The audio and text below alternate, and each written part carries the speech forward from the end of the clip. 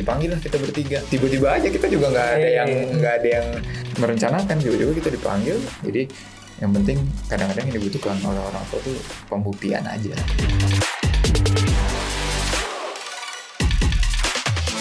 Oke, assalamualaikum warahmatullahi wabarakatuh. Waalaikumsalam warahmatullahi wabarakatuh. Ketemu lagi di podcast edukatif produktif Global Islamic School yang kesekian episodenya. Kali ini menghadirkan salah satu sahabat lama saya. Yes. Di dunia hiburan. Iya.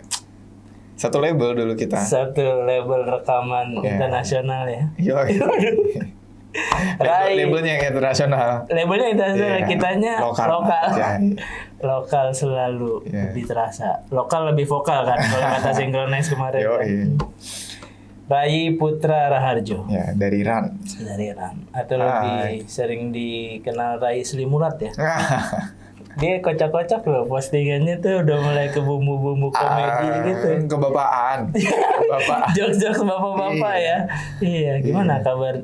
Baik, alhamdulillah sehat. RAN masih manggungnya masih lancar banget. Alhamdulillah. Dan di luar musik, gue sebenarnya ya hidup gue cuman musik, keluarga udah. Musik keluarga simpel banget ya.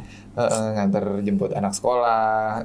Itu makanya lu ke bapak-bapaan lu tuh dari situ ya. Itu dia. Luar biasa. Menghubungi bapak ini itu sangat sulit jadwalnya. Menghubunginya enggak. Dapat jadwalnya yang sulit. Aduh, Masya Allah. Salahin RAN itu. Pak Vino, tolonglah. Jadi saya dulu juga pernah ikut di tim produksinya RAN beberapa kali lah di Jogja, di mana waktu itu. Jadi RAN tuh kalau sehari bisa 4 gitu. Kalau dalam kota bisa 4. Ya nggak selalu, cuman ya lumayan sering ya. Tapi itu membuktikan bahwasannya anak-anak di RAN sama tim produksinya tuh staminanya prima. Iya. Iya kan? Penting itu. Iya kan? Iya, soalnya kerjaan kayak kita gitu kelihatannya yang nonton mungkin cuma ngeliat wah happy di atas panggung gitu, padahal di belakangnya itu butuh fisik yang prima. Pasti kan. Gitu, panggung ke panggung, venue ke venue. Dan kita kan di atas panggung harus kelihatan terus gitu, kayak bisa menghibur orang, karena itu tugasnya kita memang menghibur. Beda sekali. Usia berapa Pak? 35 ya? Kan kita beda setahun paling ya? Enggak dong. Aku udah mau 40. Oh iya? Iya. Gue udah mau 40. Oh gitu. 39 gue. Oke. Kita beda 4 tahun. Terlihat ya lebih dewasa Rai ternyata. Dalam hal kebapak-bapaan lebih menjiwai Pak Rai ini ternyata. Begitu. Jadi Rai, apa namanya? Tadi kan lu udah bilang tuh RAN masih berjalan ya. Ya, alhamdulillah. Masih aktif banget nih di dunia musik Indonesia. Manggung gak kurang-kurang. Amin. Belum lagi proyek solo. Udah rencana jadi Mata-Mata kan? Ya, enggak.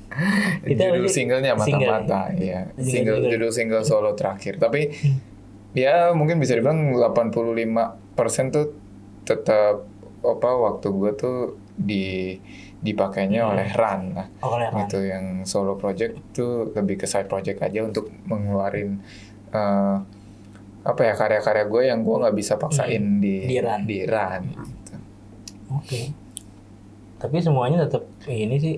Gue dengerin tuh ada benang merahnya lah. Iya kan? Pasti ya. Kalau kita jujur dalam berkarya kan ya pasti itu adalah cerminan dari diri kita kan gitu. Dan ya pasti nggak jauh-jauh dari benang merah kita sebagai pribadi juga kan. Pasti. Itu lagu Mata-Mata influence-nya apa tuh? Kalau ngomongin spesifik si Mata-Matanya masih influence-nya tuh gara-gara gue ngeliat netizen Indonesia kan ini ya gacor.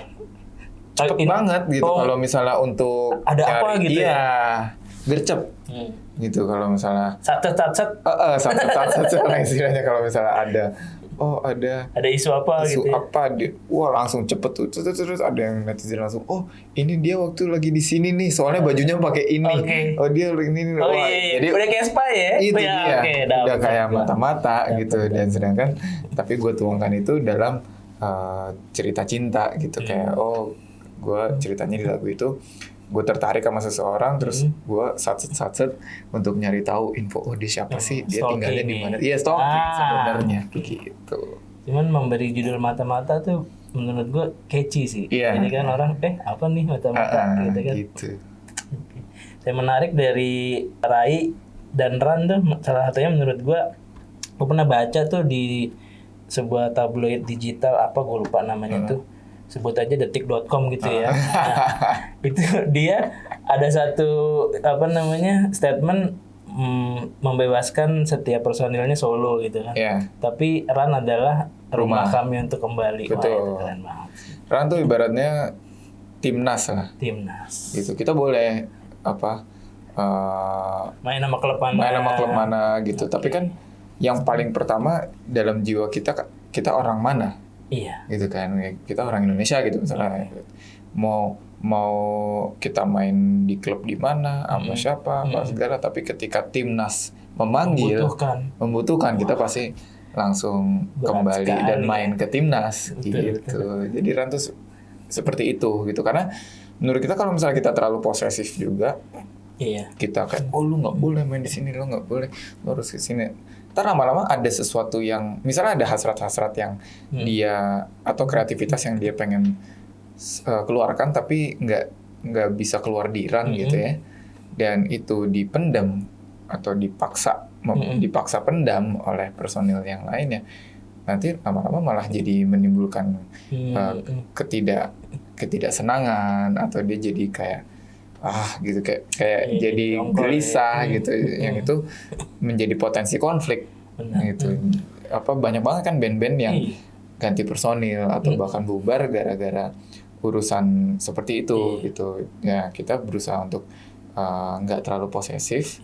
Jadi ya udah, maksudnya kayak nggak ada alasan untuk lo nggak sama kita kan, karena maksudnya untuk nggak ada alasan untuk lo nggak happy sama Ran gitu. Karena ya lo mau ngapain sih, lo mau ngelakuin ini, ya udah nggak apa-apa, monggo silakan. Gue mau ngapain sih, oh ya monggo silakan. Bahkan kita merestui dan mensupport juga gitu. Tapi ketika pas udah urusan Rannya ya, untuk urusan jadwal, untuk urusan komitmennya di situ. Itu ya prioritas lah gitu kan. Kita juga jangan jadi kacang yang lupa kulitnya. Gitu, kita harus tahu, dan semua opportunity di luar Ran itu juga mungkin nggak akan ada kalau bukan gara-gara Ran juga. Jadi kita harus bersyukur dan menjadi orang yang tidak lupa, menjadi kacang yang tidak lupa kulitnya gitu. Itu ada edukasinya juga kan, dapat juga ya. Jangan jadi kacang yang lupa kulit. Walaupun ada sekarang kacang-kacang yang udah dibuka dong. Itu masalahnya. Lebih gampang makannya. Itu masalahnya. Nanti dia harus pulang kemana? Karena dia nggak pernah tahu kulitnya kan. Kulit aku mana? Gitu. Ada tolonglah pabrik-pabrik yang langsung kacangnya dibuka itu diperhatikan lah perasaannya. Atau disediakan yang jual kacangnya aja, ada yang jual kulitnya aja. Kulit kacangnya enak loh. Asin-asin dulu pernah cobain nggak? Imut-imut aja. Nah itu tadi tuh Ran kan 20 tahun sih. Tahun 2022 ini insya Allah 16 tahun. 16 tahun. Ini 16 tahun kalau misalnya hampir tiap weekend lah ya ketemu gitu kan. Pasti kalau tadi nggak ada kebebasan, maksudnya nggak saling ngerti, pasti bentrok. Ya, jenuh juga gitu. Jenuh sih yang paling bahaya. Ya, jadinya alhamdulillah karena kita bisa mengekspresikan diri di luar sama Ran. Ketika kita balik sama Ran ya alhamdulillah, jujur gue nggak pernah jenuh gitu, kayak ketemu temen tongkrongan aja gitu, kayak ketemu temen tongkrongan terus yuk naik panggung ya bareng, ya udah main terus udah selesai. Habis gitu balik ke keluarga masing-masing atau ke kesibukan, kadang bisa juga nongkrong gitu. Tapi ya udah alhamdulillah nggak pernah jenuh, dan kita malah udah berasa kayak main-main terus aja gitu, plus dibayar pula gitu. Itu menjadi pekerjaan yang paling menyenangkan melakukan sesuatu yang kita cintai.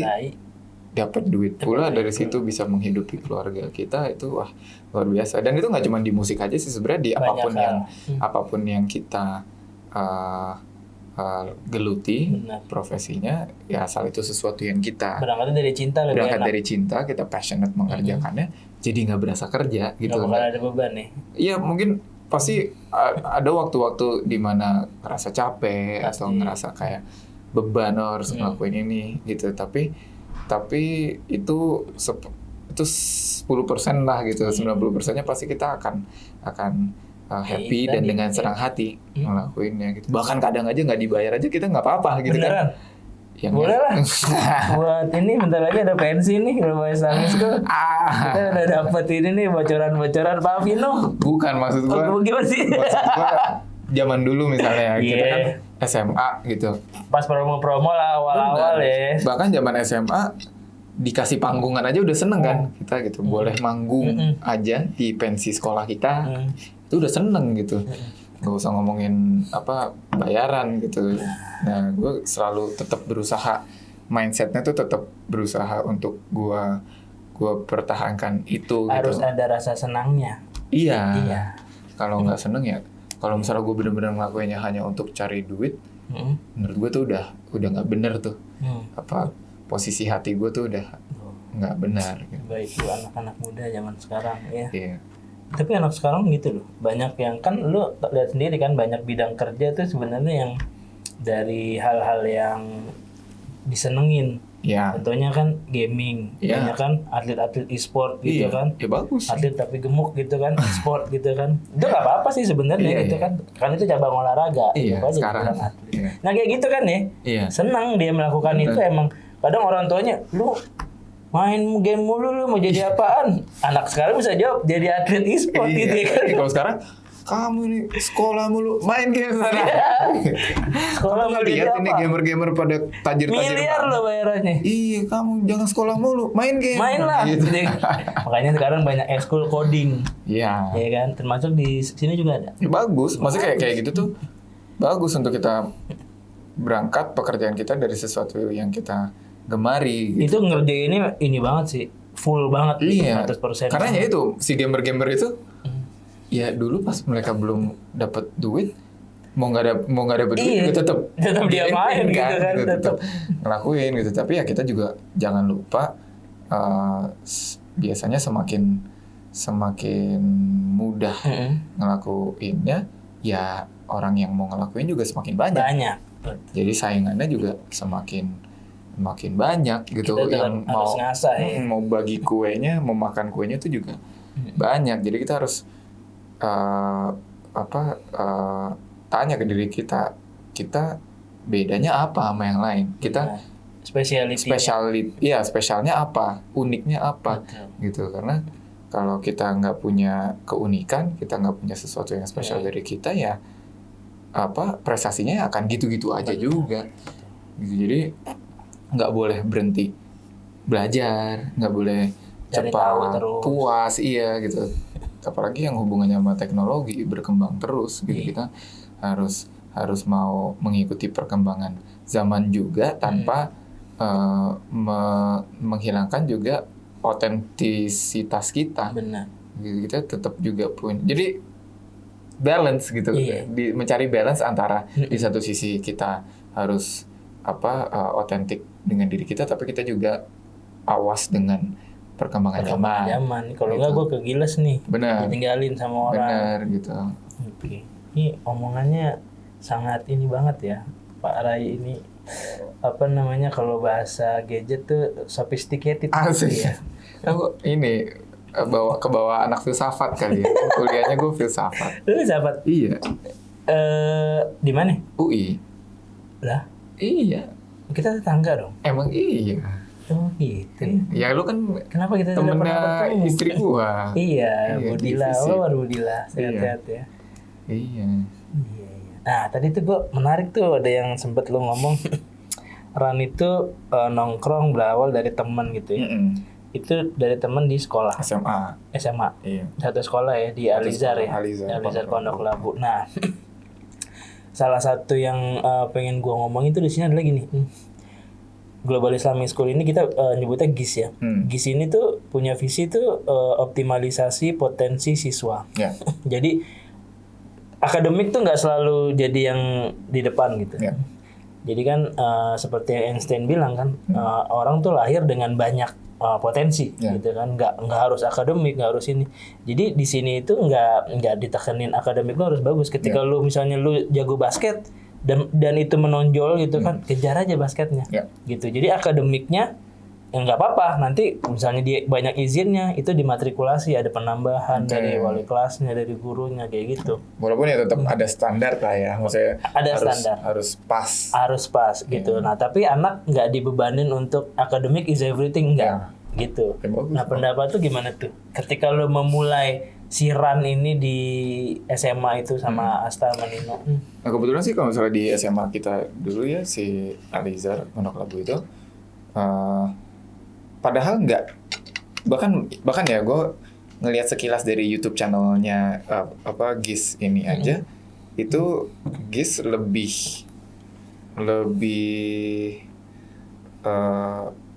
explore lagi urusan non akademisnya gitu, lebih dikasih platform lah. Gitu, itu ada studio musik apa segala gitu kayak terus gue lihat banyak tadi lewat aja banyak lukisan gitu kayak itu lebih didorong bahkan gitu. Nah Alizar tuh bahkan nggak segininya, tapi secara tersirat tuh kayak budaya sekolahnya tuh membuat anak-anak untuk nggak terlalu fokus hanya akademis saja dan membuat anak-anak untuk kreatif. Betul. Gitu. Nah, jadinya pendapat gue mengenai sekolah seperti GIS ini yang bahkan mendorong itu ya bagus banget gitu. Kayak karena kayak kita ngelihat di ya misalnya atlet-atlet di Amerika gitu ya, pemain NBA atau NFL gitu kan juga tetap mereka harus melewati jenjang-jenjang studi. Betul. Dulu akademisnya juga harus ada. Jadi balance aja gitu. Jadi anak-anak yang memang punya potensi di luar akademis itu bisa berekspresi tanpa harus meninggalkan sepenuhnya akademis juga. Soalnya kalau gaya dulu kan mungkin kayak ya lo pilih, lo mau jadi lo mau ya kayak setengah-setengah.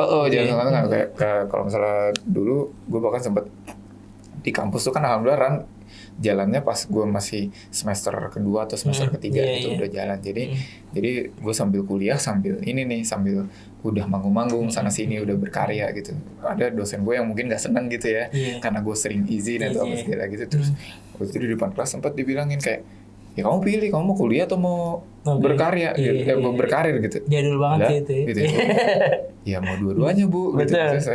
Saya ya karena ini kan cita-cita saya dan saya bisa hidup dari sini, tapi saya mau kuliah juga gitu. Nah dengan adanya sekolah seperti GIS gini yang menurut gue sudah cukup memahami konsep itu ya beruntung sekali anak-anaknya sih menurut gue gitu. Ini bukan iklan kok. Enggak, jualan aja ini. Jadi gue tuh kenapa akhirnya gue nge-reach lu ya? Karena nggak bisa dipungkiri, terutama kalau misalnya jenjang SMA gitu ya. SMP ke SMA tuh biasanya orang tua itu ekspektasinya nggak bisa dipungkirin beberapa masih ada yang akademis gitu ya. Misalnya nyari SMA tuh yang keterterimaan di PTN-nya tinggi nggak gitu kan. Nah sementara kalau misalnya lu perhatiin tuh kurikulumnya Mas Nadim itu kurikulum Merdeka Belajar kayak gitu, sekolah penggerak gitu-gitu tuh bicaranya udah mulai sebenarnya ke arah ini. Jadi orang tuh potensi yang ada dalam dirinya dia yang nggak cuma akademis itu juga harus tereksplor gitu. Dan itu kita sangat menyadari itu dari awal, dari 2002 kan kita establish 2002 Global Summit School. Nah itu dari awal emang founding father-nya itu udah menyadari kalau misalnya bicara lah beberapa tahun ke depan gitu kan, misalnya keterampilan abad 21 gitu ya. Orang tuh nggak lagi lu cuman harus punya akademis doang, terutama skill komunikasi kayak zaman sekarang kan. apapun itu ya, kalau lu jago ngomong, jago marketing gitu kan, even lu cuman jualan PY kan, Skill lu bisa juga. jadi kaya kan, bener gak? Iya. Iya kayak gitu. Iya, keren sih. Jadi ya apa? Ya ini pemikiran yang, maksudnya konsep yang maju gitu. Jadi untuk anak-anak Global Islamic School-nya harus dimanfaatin gitu. Kalian punya head start bahkan dibanding banyak sekolah-sekolah lainnya yang mungkin masih mengutamakannya, mengedepankannya akademis. Walaupun ya akademis itu juga penting ya, maksudnya karena kalau enggak kita nggak bisa ada Untuk standarisasi dong, iya, dan nggak ada standarisasi gitu, Benar. susah. Gitu. Maksudnya kan orang juga tetap butuh dinilai, apa paling nggak ada standar tadi ternyata ada barnya lah ya. Gue semana sih gitu kan, betul. Gitu, apa masa sih segini, yang rendah segini aja gue nggak bisa gitu, paling nggak ada minimumnya, minimum kualifikasinya. Benar. Gitu, karena di kehidupan nyata nanti juga pasti akan kayak gitu. Kita nggak mungkin apa hanya bermodalkan kayak enggak, percaya aja gue bakal bisa kok, gue bakal jago lakuin ini gitu, tapi lo nggak punya standarisasi. Misalnya lo punya degree S1 atau apa segala gitu, nggak bisa, nggak ada ukurannya gitu, nggak kayak gitu. Iya. Jadi emang kalau misalnya apa tadi sekolah itu emang ke sini-sini ya belakangan itu emang semakin banyak yang menyadari sekolah itu bukan nyari nilai, tapi intelektualitasnya sih. Jadi cara cara kita bicara gitu kan, kemudian cara kita bertemu sama orang, bergaul sama orang itu beda sih. Kan lu sering denger lah kayak misalnya, wah orang kayak nggak pernah makan bangku sekolahan gitu kan. Nah itu kan sebenarnya anekdot dari bahwasanya sekolah itu mengajarkan sesuatu gitu kan, yang secara keilmuan ataupun tadi ngasah intelektualitas. Bener, emang penting banget sih. Misalnya kayak gue tuh pas gue mau kuliah kan, gue dari SMP bahkan gue udah tahu ya gue mau di bidang musik kerjanya nanti, cita-cita gue gitu. Sekali. Ya karena gue happy gue dengan musik itu, dengan bermusik gue happy, dan gue ngeliat orang-orang dari musik orang bisa. Boleh nggak gue potong? Kenapa? Menarik tuh. Apa lu dari SMP bahkan udah state bahwasanya gue mau bekerja di industri musik. Itu cara lu bikin yakin gimana? Apa namanya visi lu bahwasanya gue senang di musik, gue akan jadiin ini sebagai jalan hidup gue gitu. Itu gimana, Tre? Itu penting tuh cara buat anak zaman sekarang. Iya.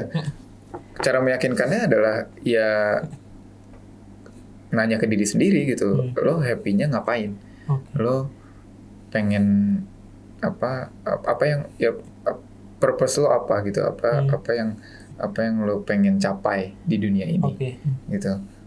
Ya gue purpose-nya mungkin pengen membahagiakan dan mengubah hidup orang menjadi lebih baik lewat karya. Karya musik. Dalam hal ini. Itu jadi ketika gue menyadari itu dan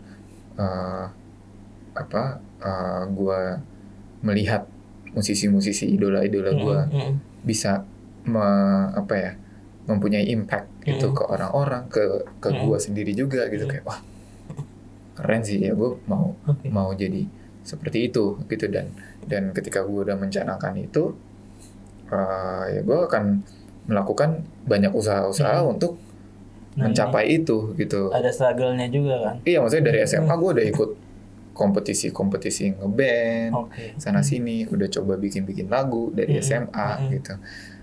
Yaitu usaha-usaha yang kita lakukan untuk mendekatkan mimpi kita gitu. Karena jadi jangan cuma mimpi ya. Iya. Cuman lu punya jalan juga gitu kan. Iya, lu nulis walaupun juga. jujur ya gue nggak tahu ya, gue nggak tahu arahnya bakal kemana kan, persis, atau step langkah-langkah persisnya tuh harus ngapain tuh gue juga buta. Bahkan mungkin lu juga nggak nyangka Ran bisa kayak gini sekarang gitu kan. Mungkin lu belum nggak juga bermimpi tapi nyangka enggak gitu kan. Tapi gue kayak nggak tahu juga gimana caranya. Tapi kita tanya ke diri kita sendiri aja, apa yang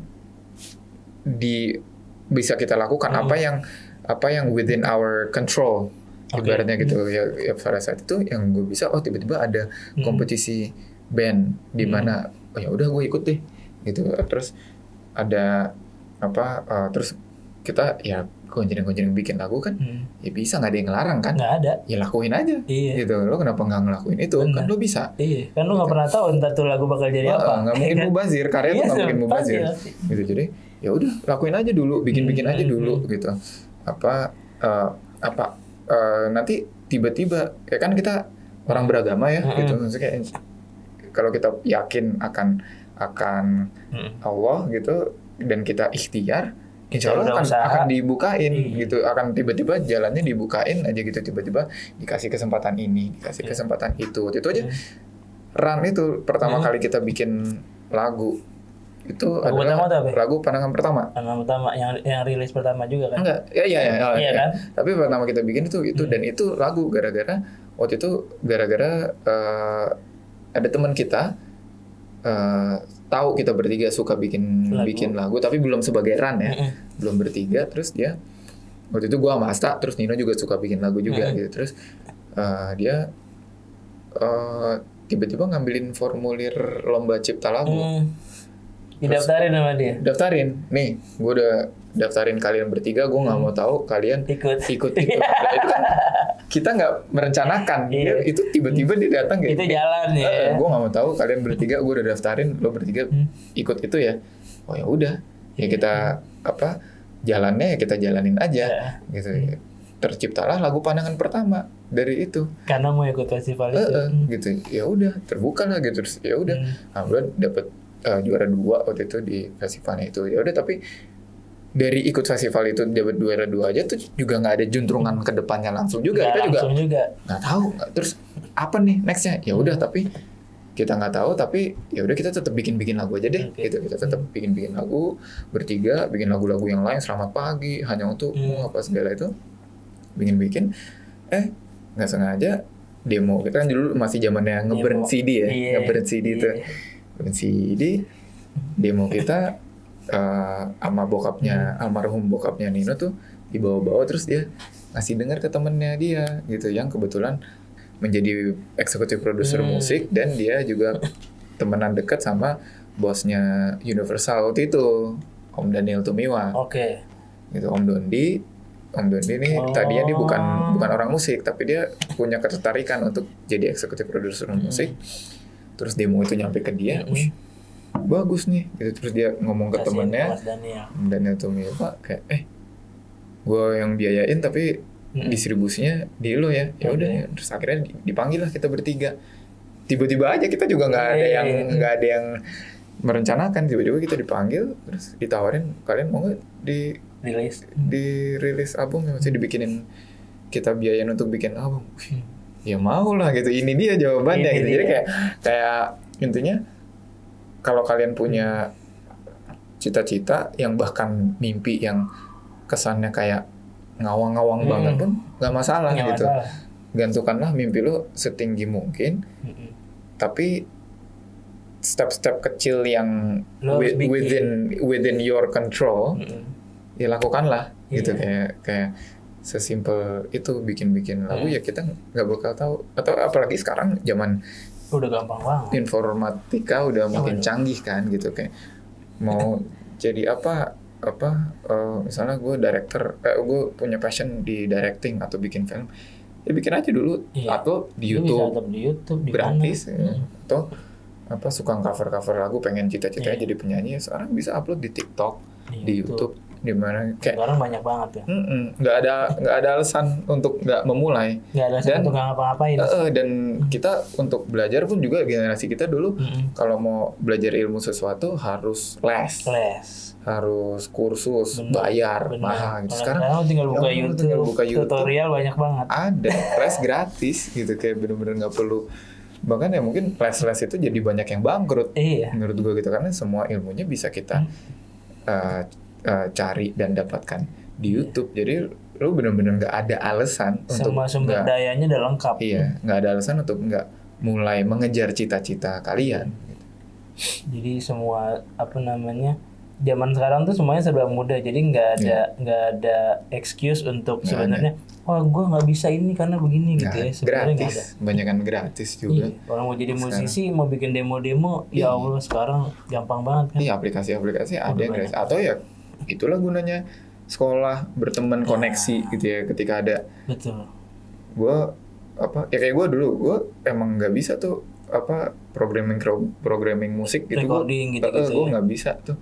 Tapi Gue ada cuma teman gue yang modal bisa. nyanyi dan bikin lagu apa segala. Gue punya tuh otaknya gitu, tapi oh ternyata kebetulan si Asta emang suka tuh Suka. programming musik gitu. Ya udah, ya lo deketin lah Itu temen salah lo, satu kerja sama jalannya tadi. gitu. Iya, Iya. nggak harus semuanya itu dikerjakan sendiri juga. Betul. Kolaborasi. Itu penting banget. Iya. Nah tadi kan lu sempat ngomong tuh Roy, apa namanya? Salah satunya kan tadi berangkat dari happiness ya, apa yang lo suka, terus habis itu lo susun gitu kan sampai jadi dreams gitu kan. Nah, menurut tuh support system penting nggak? Contoh kayak keluarga. Ya. Kan kadang misalnya ada ya yang emang udah passionate di bidang taruhlah musik gitu kan. Kadang Tapi orang tuanya nggak merestui. Itu menurut tuh kayak gimana tuh? Penting, dan kebetulan kalau orang tua gua mendukung penuh ya dari gua kecil untuk mengejar mimpi gue di bidang musik gitu. Tapi banyak juga teman-teman lain yang nggak seberuntung itu orang tuanya memahami itu. Apa namanya? Satu visi lah ya. Iya. Gitu. Nah, tapi dari pengalaman ya, dari gue lihat tuh kadang-kadang orang tua itu yang mereka butuhkan adalah pembuktian aja. Gitu. Jadi Asta Ran salah satu contohnya. Orang tuanya tadinya nggak gitu-gitu banget. Nggak begitu yakin banget. Mengenai pilihan dia untuk ke musik gitu. Jadi dia kan ambil jurusannya kan ilmu komputer kan. Terus ya udah dia kuliah gitu, tapi di satu sisi dia nggak mau yang membangkang sama orang tuanya, ya tetap ngejalanin aja. Dia juga suka akan bidang yang ilmu yang dia si komputer tadi. Dia pelajari itu, tapi di satu sisi passionnya dia juga dia tetap berusaha jalani itu on the side gitu sama gue sama Nino gitu. Nah ya udah bikin aja. Tapi ketika pas kita ditawarin untuk bikin album tuh, itu baru terus ngomong ke orang tuanya baru mungkin sadar bahwa wah ini beneran nih anak nih. Berarti nih anak serius. Dan ya udah terbukti nih bisa menjadi jalan hidup, sesuatu gitu. Yang menjanjikan gitu, karena nggak semua orang bisa punya kesempatan itu kan. Jadi kayak ketika Asta akhirnya membuktikan ke orang tuanya bahwa dia serius ngejalaninnya, ya orang tuanya luluh juga lama-lama kayak oh ya udah ya dia nge-support ya. Bahkan orang tuanya dari dulu orang tua kita sering banget nonton kita manggung gitu, kayak benar-benar menjadi garda terdepan gitu ya. Jadi ya, itu kadang karena gini ya, di satu sisi juga intinya semua orang tua tuh pasti hanya mau yang terbaik buat anaknya. Jadi maksudnya baik.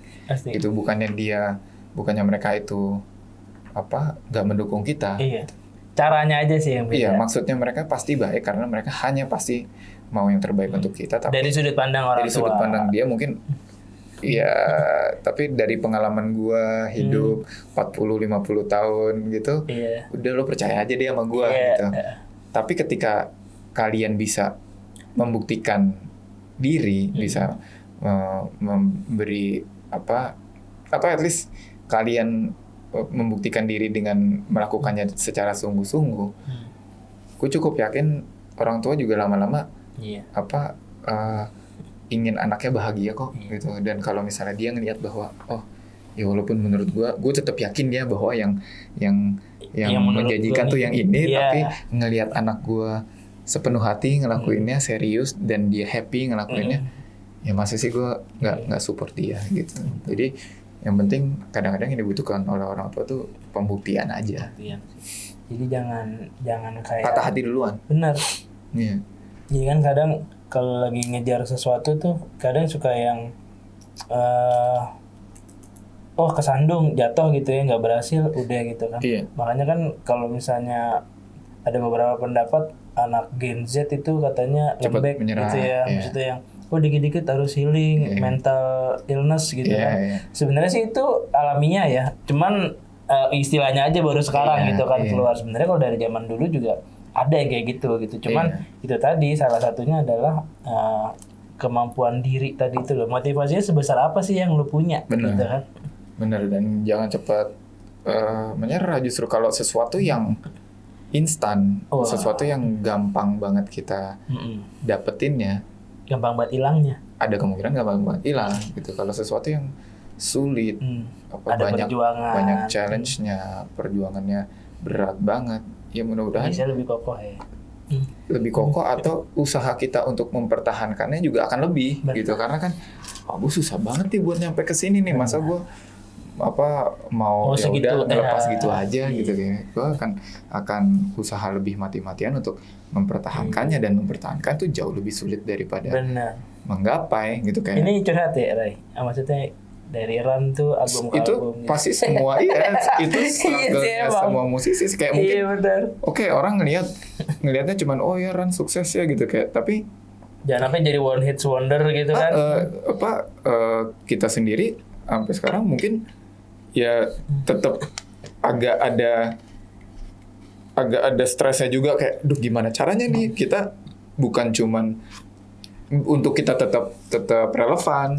Untuk kita bahkan kalau bisa punya hits yang baru lagi gitu. Kita nggak hanya dikenal dari hits yang lama gitu. Jadi nggak cepat puas, karena kalau misalnya kita terlena akan kesuksesan kita ya dalam cuma dulu doang. Dulu aja, dan dalam seminggu sebulan lagi juga pasti ada yang lebih lagunya lebih bagus, mungkin lebih keren, lebih ganteng, lebih cocok dengan generasi yang baru gitu. Jadi kalau kita terlalu cepat puas, ya kita nggak ada kesuksesan yang permanen. Kesuksesan tuh semuanya temporary. Roda akan berputar. Betul ya? Kita saat ini sukses, menurut standar kita, ya belum tentu tahun depan kita masih di posisi itu. Tinggal gimana kita caranya untuk tetap berada di posisi itu, atau bahkan syukur-syukur lebih bagus lagi kalau bisa improve. Gitu. Jatuh juga nggak jatuh banget gitu ya. Iya. Bapak ini benar-benar sarjana filosofi ya.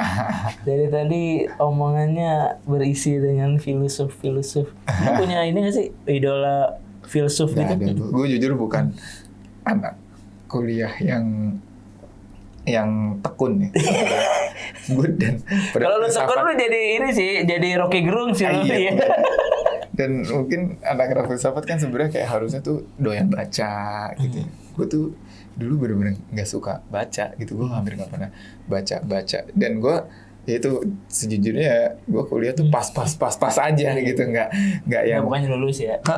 Gue IPK standar lah ya. Yang gue incer karena itu oleh orang tua gue yang ditekankan tuh yang penting berkuliahnya, prosesnya, karena berkuliah tuh beda banget sama SMA, SMP gitu. Dimana berkuliah tuh lo mau lulus atau enggak, mau sukses apa enggak kuliahnya, sepenuhnya ada di tangan lo sendiri. Gitu. Gak akan dosen nyariin kayak kok kamu nggak masuk amat. Ya udah gitu kan. Iya gitu. Kalau SMA kan mungkin masih cariin sama gurunya gitu. Teleponin orang tua, kok nggak hadir apa segala. Nah, kalau kuliah benar-benar sepenuhnya ada di tangan kita, dan dunia nyata nanti ketika lulus kuliah ya kayak gitu. Lo mau kerja sungguh-sungguh atau enggak, ya di tangan lo sendiri. Lo prestasi kerjaan lo bagus dan lo bisa naik pangkat atau bisa berprestasi apa enggak, ya di tangan kalian sendiri gitu. Jadi yang ditekankan oleh orang tua gue waktu itu, mereka nggak begitu peduli gue kuliahnya apa, terserah, yang penting tapi lu harus kamu harus kuliah dan harus lulus. Untuk itu juga ditekankan sama pacar gue waktu itu juga, pokoknya harus lulus karena itu prinsip mengenai kayak menyelesaikan apa yang kita mulai. Betul. Gitu. Benar. Apapun hasilnya, tapi ya kita harus kelarin gitu. Kalaupun misalnya sampai udah 3 kali sidang tahunnya nggak lulus, dan emang gua nggak lulus, ya itulah hasilnya. Iya. Tapi paling nggak kita mencoba untuk menyelesaikan apa yang kita mulai gitu. Karena kan banyak juga dengar katanya Gen Z gitu kok banyak yang kayak baru ada kendala dikit udah deh kayaknya gue nggak di sini nih. Gue nggak di sini, kayaknya gue pindah aja ke tempat lain gitu. Kadang-kadang ya bukan kadang-kadang, tantangan pasti ada lah, nggak mungkin. Tantangan itu pasti ada, dan hal-hal yang kita tidak inginkan dan kita tidak harapkan itu pasti terjadi ke kita gitu. Iya. Ya tinggal kita gimana menyikapi dan overcome menghadapi si masalah itu, si tantangan itu, karena seringkali di ujung sana tuh indah sebenarnya. Kita malah naik kelas. Iya, kita naik kelas atau kita